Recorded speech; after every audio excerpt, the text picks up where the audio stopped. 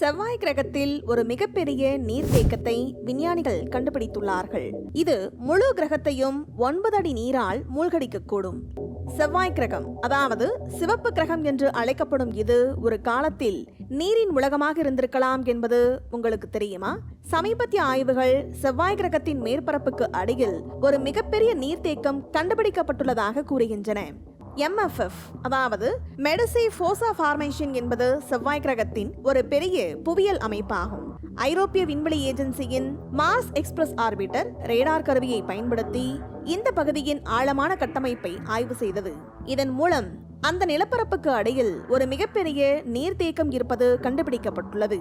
இந்த நீர்த்தேக்கம் சுமார் 3.7 கிலோமீட்டர் தடிமன் கொண்டது.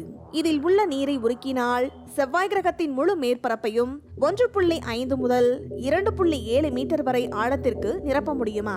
இது நம் பூமியில் உள்ள செங்கடல் அளவிலான நீருக்கு சமம்.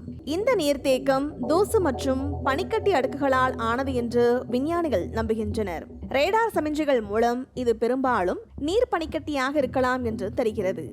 செவ்வாய் கிரகத்தின் தற்போது வறண்ட நிலை இருந்த போதிலும் அதன் கடந்த காலத்தில் நீர் அதிகமாக இருந்திருக்கலாம். இந்த நீர்த்தேக்கம் எதிர்கால செவ்வாய் கிரக பயணங்களுக்கு ஒரு முக்கியமான இலக்காக இருக்கும் என்று கூறுகிறார்கள்.